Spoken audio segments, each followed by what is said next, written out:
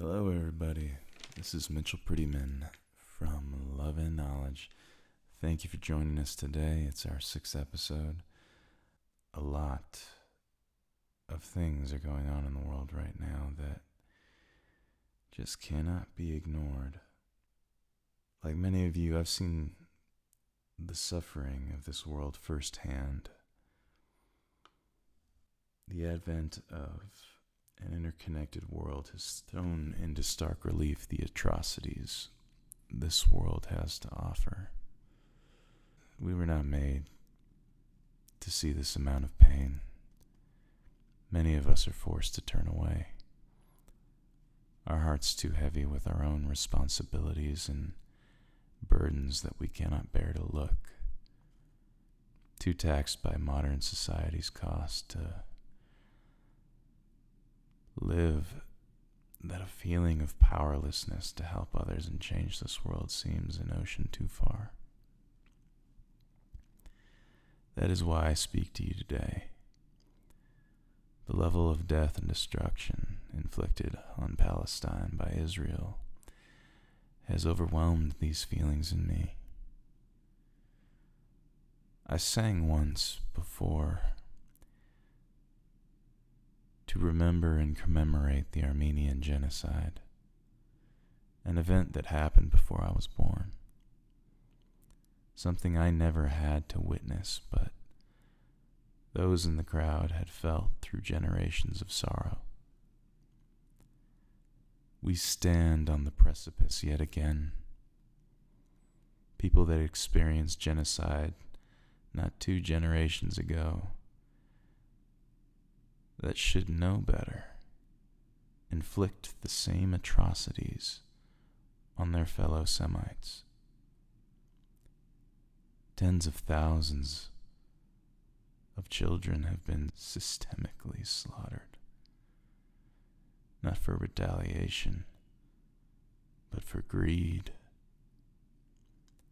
This response is unproportional in the worst of ways. Israel cannot find their heart, their moral center. They have willfully ignored what the source of all our beings tells us is wrong. They take away our human brothers and sisters in their hundreds of thousands from this world. I can no longer stand by as I look into the face of my beautiful baby girl, when so many children sing the words that Jeff Manoukian repeated, words that the Jews repeated during the Holocaust. Where is the grave of my father?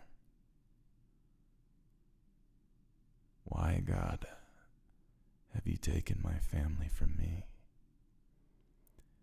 Where are your servants? Come to help me. No more. Sons and daughters of the good earth, no more can we stand by and watch Israel stain their hands and souls with the blood of children. For they are ours. They touch our hearts when we see them cry out and pass from this world, from violence or starvation. That feeling is connection, a holy clause that now causes us to act in their name on their behalf. I will not sing to remember another genocide. I act now so that this one stops in its tracks before it can be completed. Sing this song with me, and if necessary, march to Israel's gates with these words on your lips, as one world, determined to remind part of us the ones that they take from us are us, that they are a part, that every death harms the collective human soul. It harms them, it harms us. Charlie Chaplin once said that the good earth is rich and can provide for everyone. Yet, as a collective society, we have chosen to ignore this fact. We seek profit, greed. In Israel's case, they seek the oil that's underneath and off the coast of Gaza. They seek to take something that has belonged to the Palestinians for thousands of years and make it their own. All of this will be blood money. In our hearts, we know it's wrong. It's a fundamental aspect of our existence. The reasoning behind me saying many different ways that we are all one comes from the fact that we are all bound to existence by the virtue that we exist. There is what exists and nothing else. Existence is a singularity. It is bound to itself.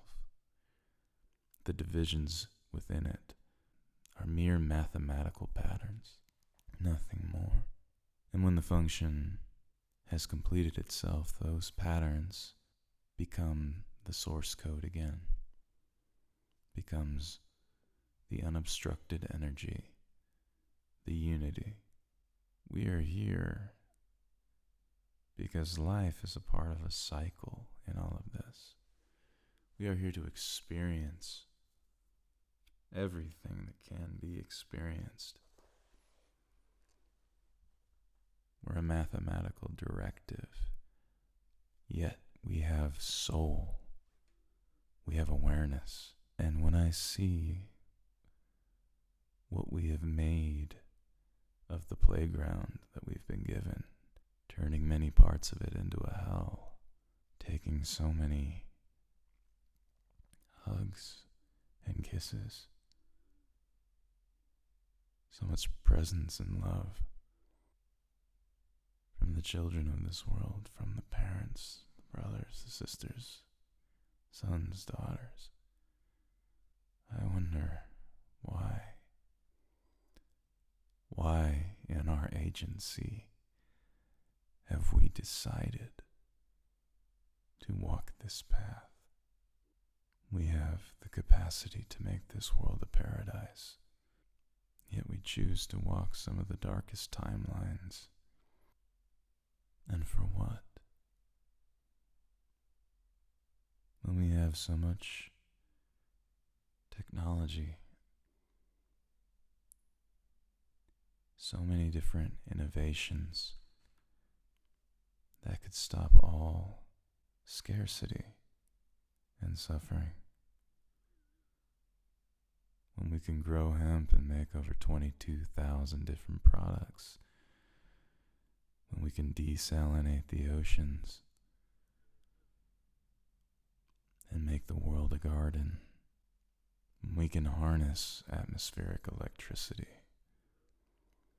And if we would just work together, crack fusion power, we would have everything that we need.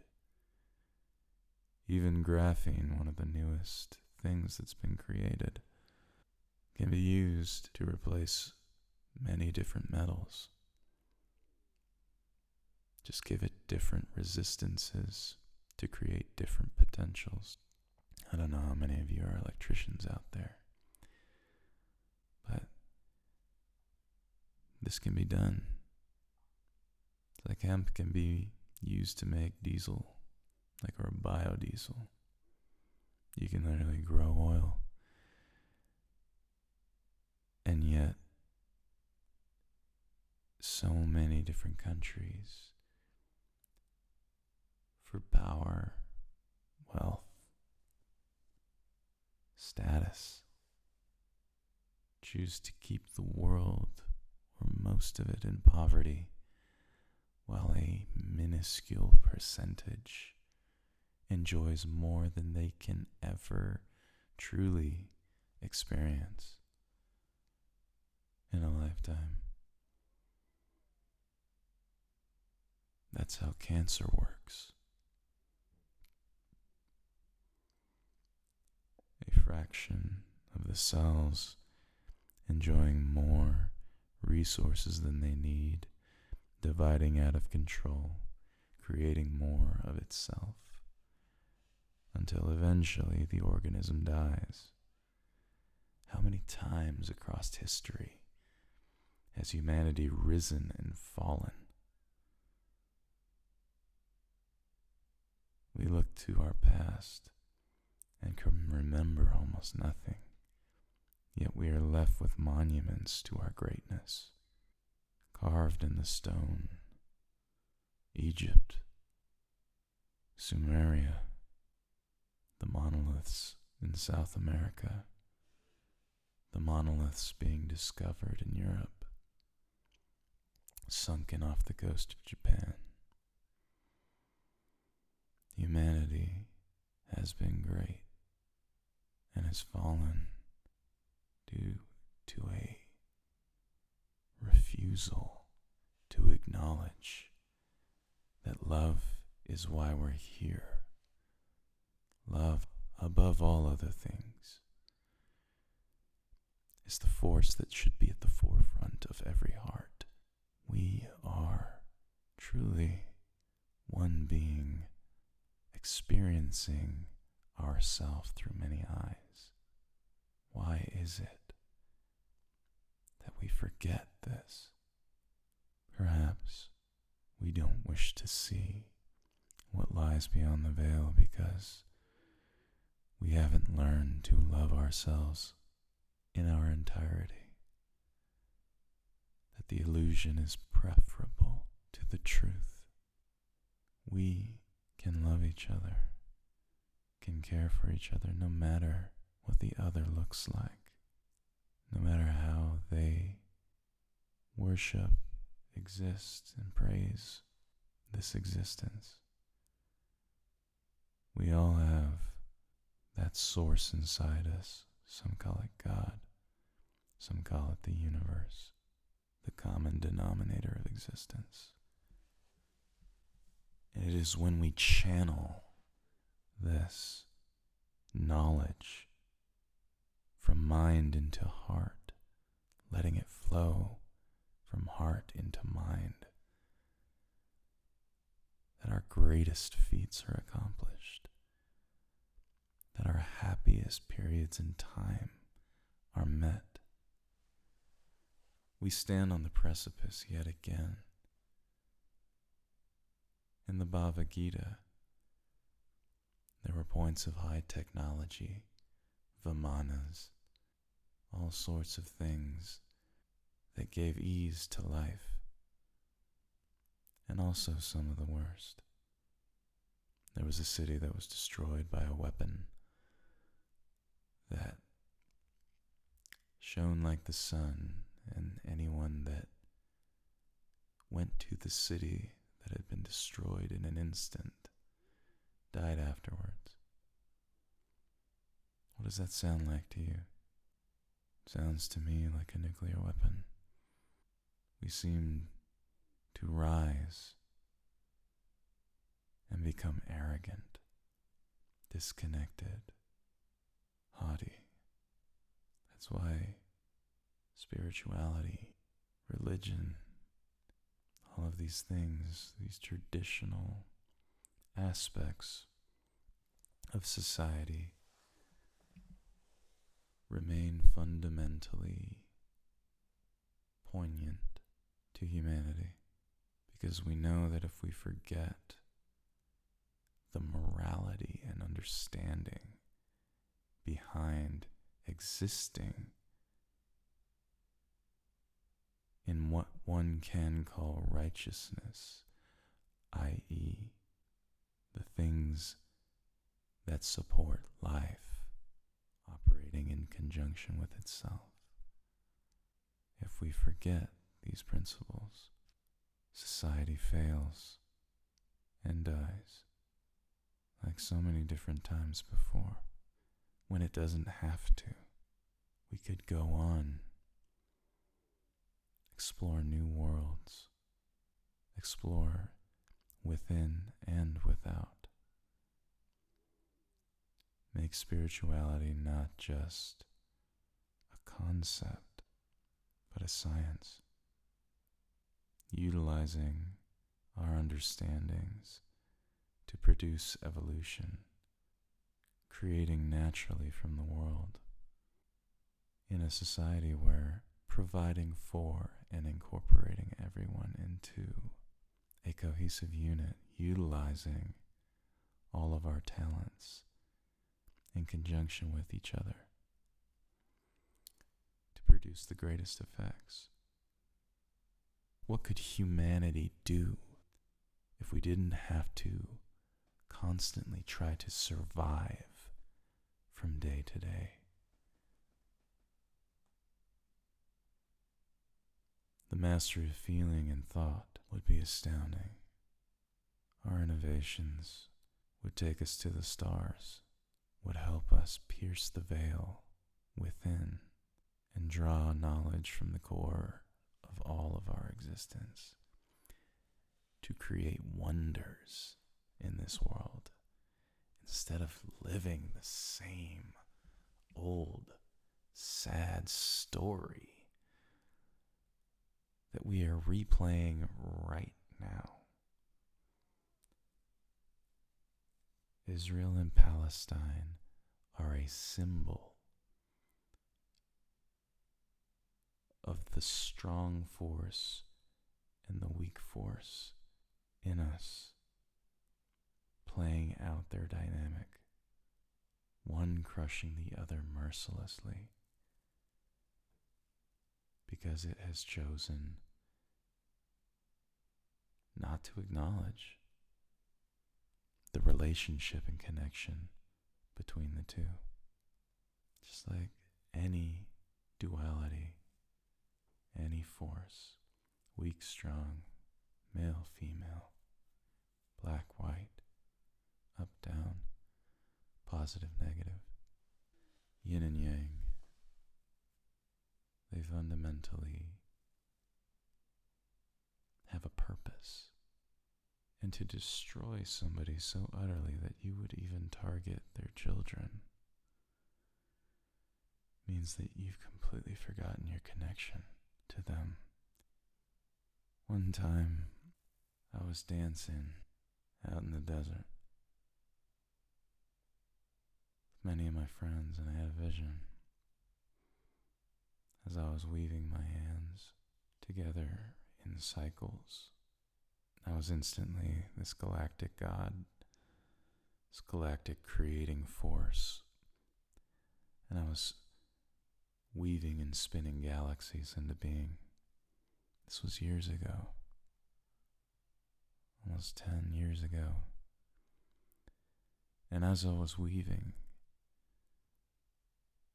I felt ecstatic power and strength beyond anything that I'd ever experienced.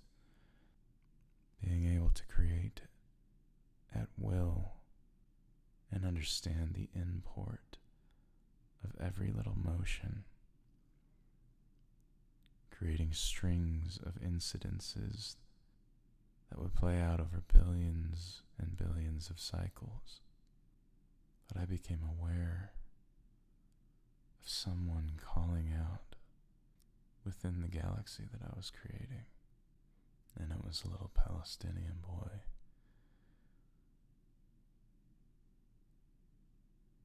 who had just lost his entire family.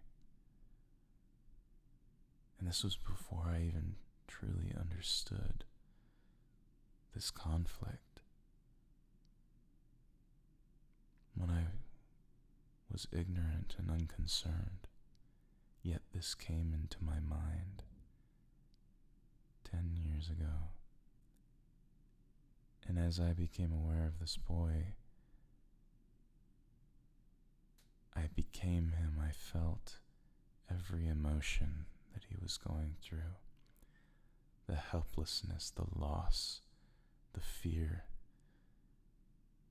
the utter heartbreak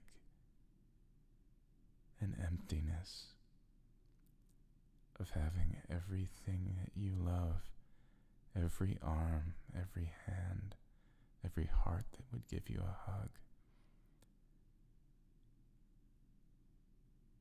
every mouth and tongue that would speak words of love to you and give you kisses and smile at your achievements,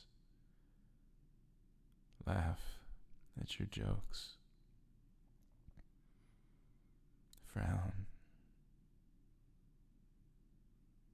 at your folly.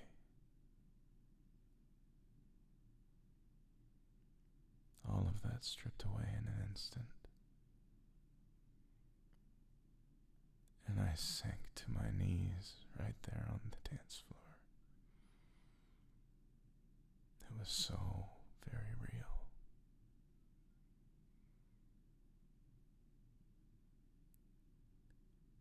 And in that moment, within the vision, I gave that little boy a glimpse of the power that I had embodied as I was given a taste of that vulnerability and weakness that he was experiencing. This was a message from the source of all, that even the strongest needs connection to the weakest, so that they may understand the subtlety of their creation when they are in the cycle of their power. For all beings truly cycle from power to weakness.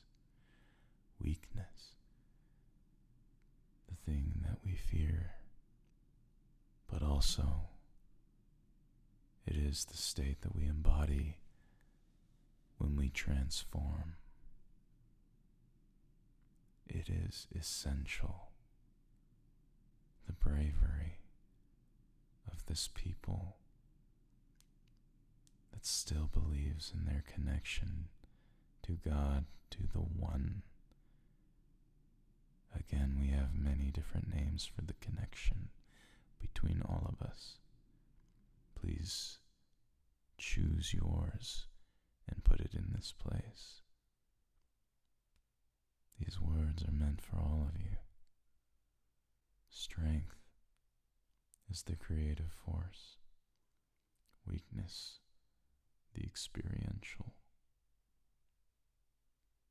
You need to have limitations so that you can experience different forms of being. Otherwise, you would always be omnipotent, omnipresent.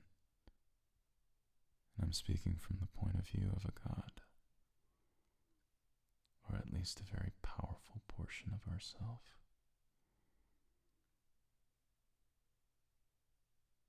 To me, life is necessary. It is a necessary thing to be able to have limitation, to be able to experience love and loss. Energy can neither be created nor destroyed. It merely transforms. So in truth, none of us really die. We transform into the next next thing. That's why many believe in heaven. Even atheists can acknowledge this fundamental scientific fact. Your atoms will transform over an endless amount of time. For in truth, there is only what exists. And that existence is a singularity, bound to itself, endless cycles, infinity, compounded by eternity. And the math of your template can never be lost. So it's not a question of if you're coming back, but when. In truth, there's something for everyone here. We're here to learn about ourselves. Some choose to learn the darker aspects, learn to kill, to torture, to maim, to separate. Others learn to connect. Both paths are valid. Both paths have worth. Israel has chosen separation.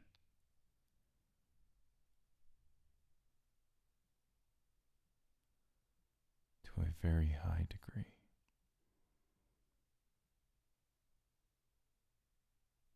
To such a degree that the balance between the two has been disrupted. That is why the world has now become aware of what they're doing.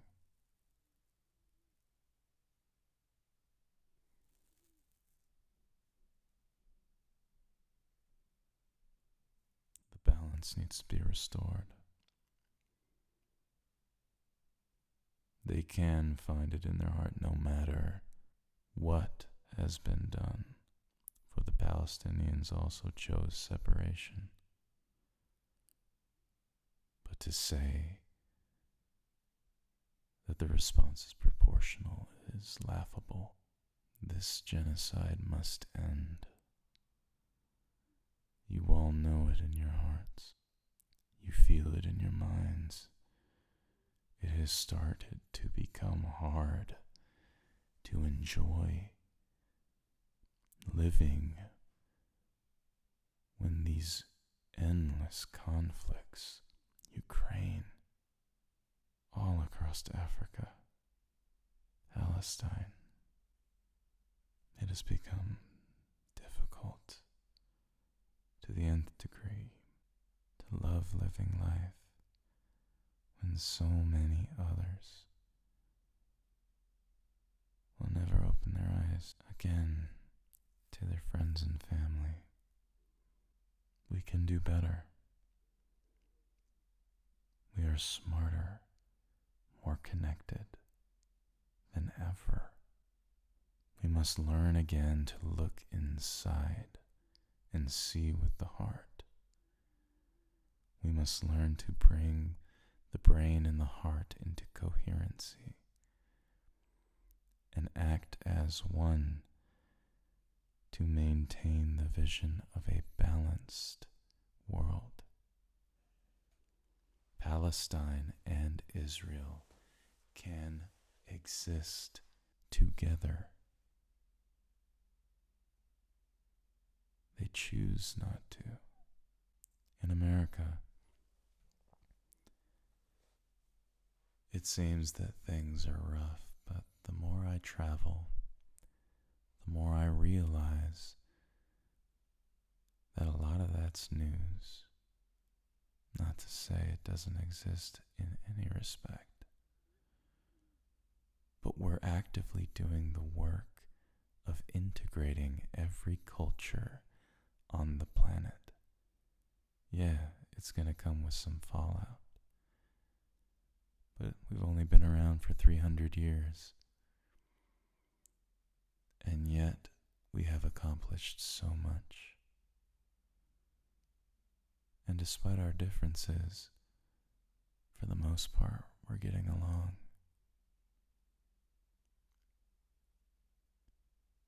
What country can boast so much diversity? But even more than that, a diversity that is blending and assimilating into a unity, finding a new constant, a new rhythm, a new beat,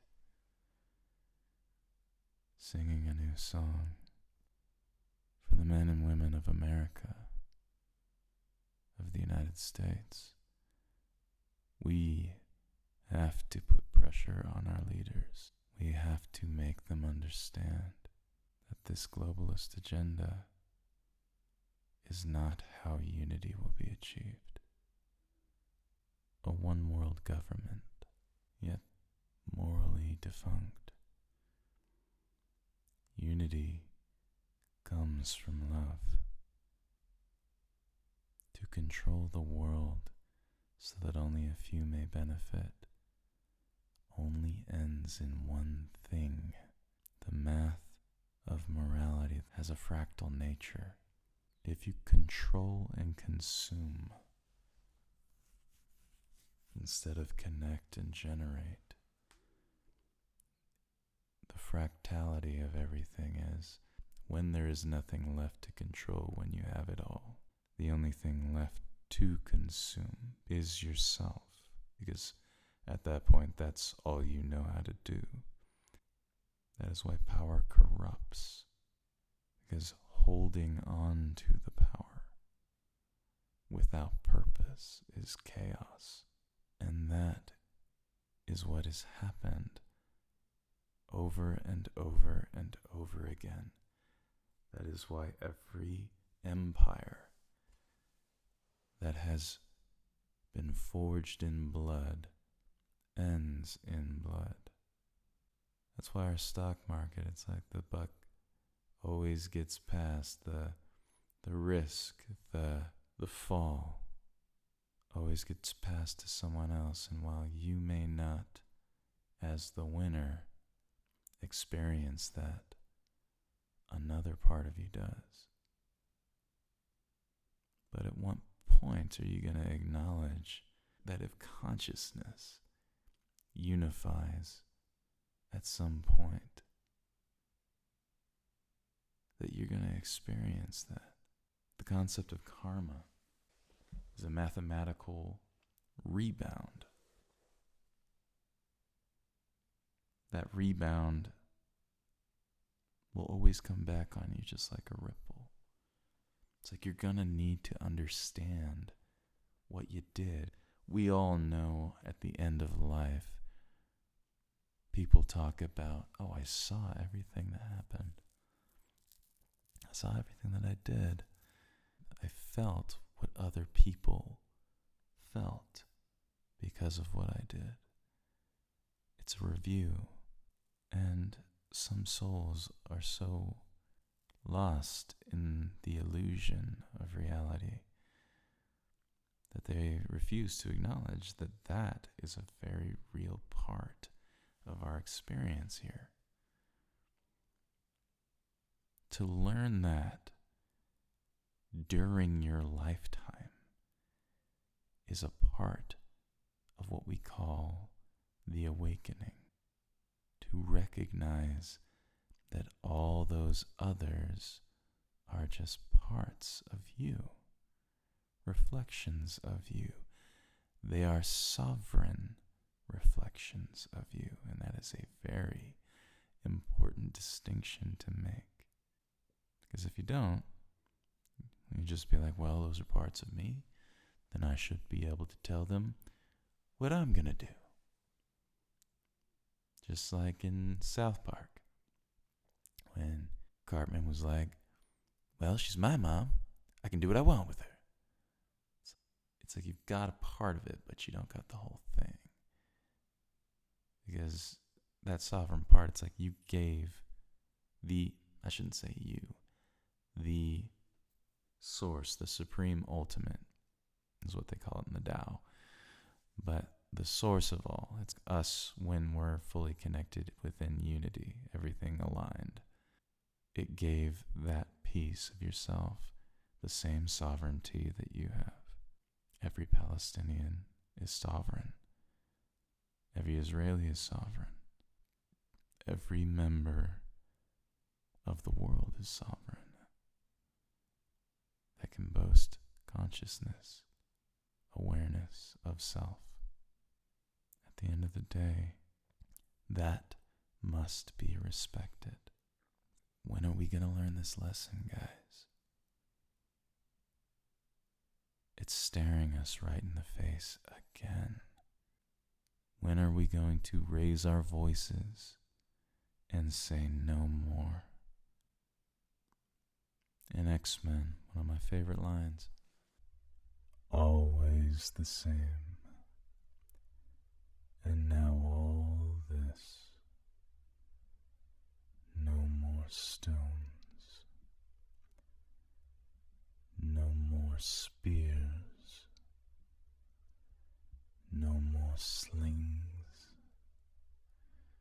no more swords, no more weapons, no more systems, no more superpowers. You can fire your arrows from the Tower of Babel, but you can never strike God. To me, this means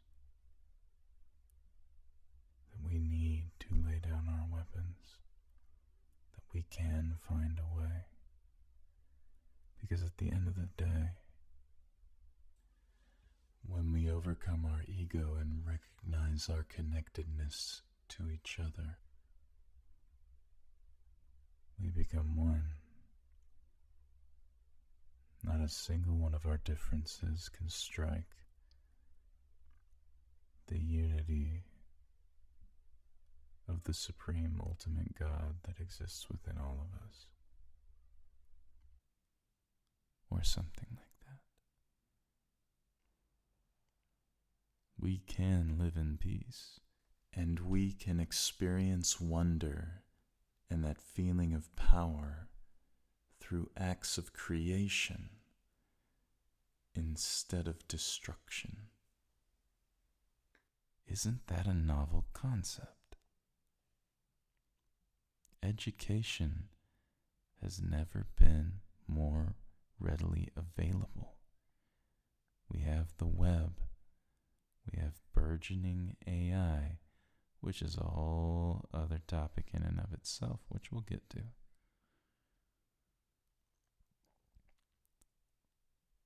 But what I'm going to leave you with today is understand who we all are to each other. Understand that those babies dying over there do not need to.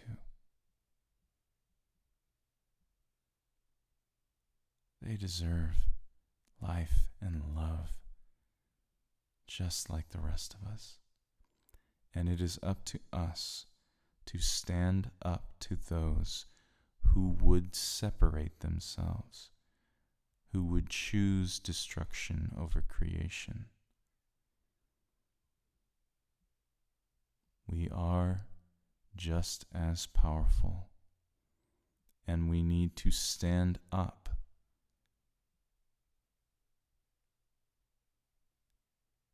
and fight for what we love. Love those who fight until they cannot raise their swords against each other anymore.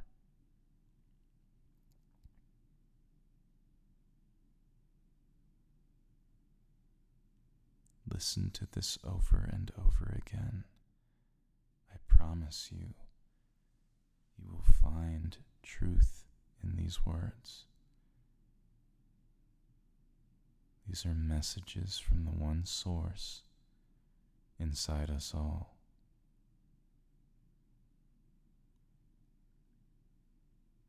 This is like a Gandalf moment. I have come back to you now at the turn of the tide. The bravery of the Palestinian people undergoing what they are to show us and awaken us to the fact that we can do better, that we are truly not afraid of our weakness, but afraid of our power,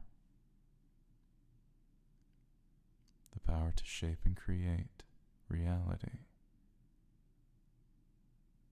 Comes with a burden that we have lightly touched on today, and that I will go through over thoroughly as many times as I need to, until we have a grasp on the fundamentals, so that we can all just live in peace and enjoy what we have here together. We can make this happen. So listen in to episode 7 in a week or two.